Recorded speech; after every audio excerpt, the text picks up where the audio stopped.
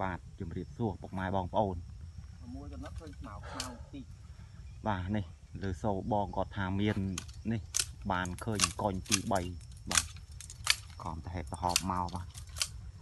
ហើយថតជូនពុកម៉ែបងប្អូនទស្សនាហើយមិនទាន់ឃើញទេនោះនៅចុងលើចឹងទៅអត់ទាន់បានមើលច្បាស់នឹងថាស្អាតយ៉ាងណាអីយ៉ាងណីទេកំពុងតែត្រួសត្រាយបាទកំពុងត្រួសត្រាយកុញណាឡងស្រល់បងអាឡៃកងប់ហ្នឹងមែនទេងប់ពីរវាមើលអត់ច្បាស់វាសងសង្ឃនោះបងប្អូនបាទគ្រាន់ថានៅលើមើលអត់ច្បាស់ទេបងប្អូនអើយបាទហ្នឹងហើយចាំមើលអើយតេងមើលសិនបាទហ្នឹងហើយឥឡូវតេងអ្នកឯងតេងអត់រួចទេចាំមើលមិនមកចាំថតជូនពុកម៉ែបងប្អូនបន្តបាទ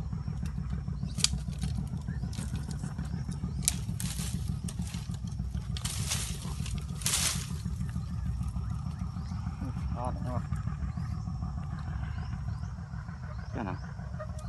អត់តែលាស់បឹងអស់ពីអត់ទាំងអស់បងប្អូនហើយបាទ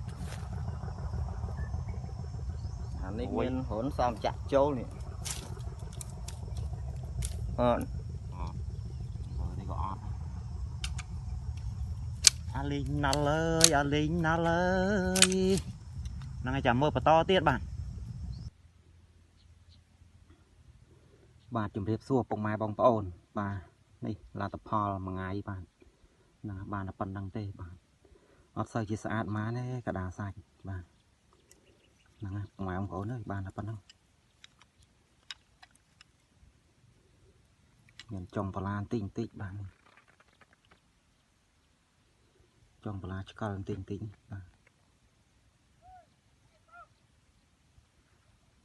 ពុកម៉ែបងប្អូនហើយបាទ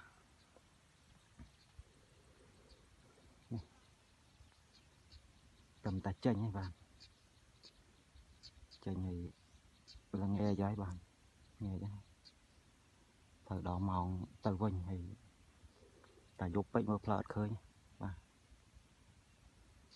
មើលផ្លូវអត់ឃើញនេះនៅចេញពីភូមិមករាងឆ្ងាយតិចដែរបាទពីភូមិគេហ្នឹងហើយចេញពីខ្នល់ជាតិមកប្រហែលឆ្ងាយដែរពុកម៉ែបងប្អូនបានដល់ព្រៃអស័យ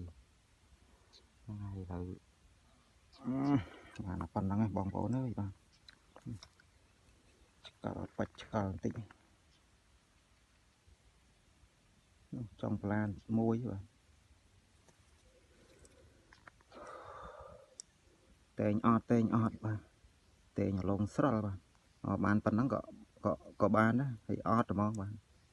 ឆ្កល់តេជួនទៅមានកយ៉ាវកដាសាច់បន្តិចទៅនេះបានប៉ុណ្្នឹងហើយបាទមើលទៅទំនងល្អដល់បានដោះតែចុងបន្លែបាញ់ចេះបន្តិចមកបាទហ្នឹងហើយពិសេសមែនតើហ្នឹងបាទនេះបានប៉ុណ្្នឹងពុកម៉ែបងប្អូន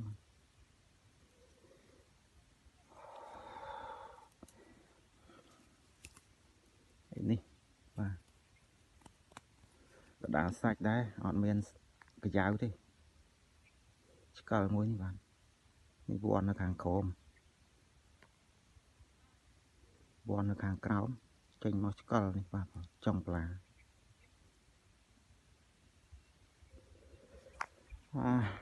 បាទប៉ុណ្្នឹងបងប្អូនអើយបាទអរគុណច្រើន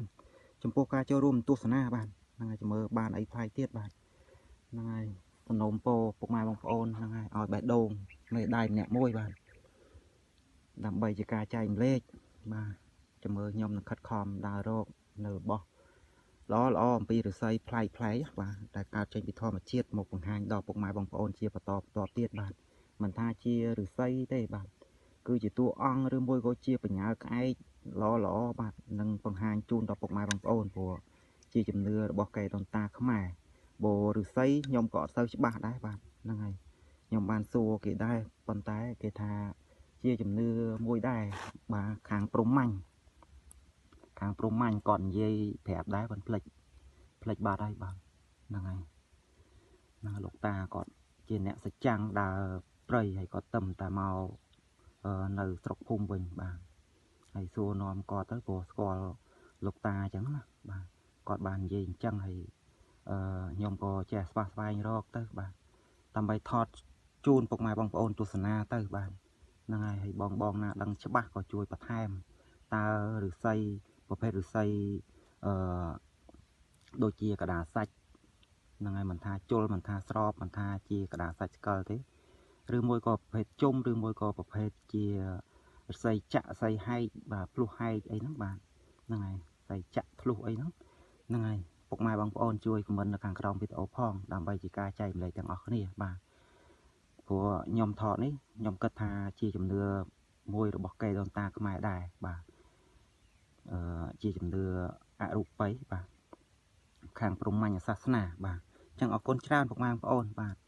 អរគុណចំពោះការចូលរួមទស្សនាបាទហ្នឹងហើយអរគុណបាយបាយជម្រាបលាជួបគ្នាវីដេអូក្រោយ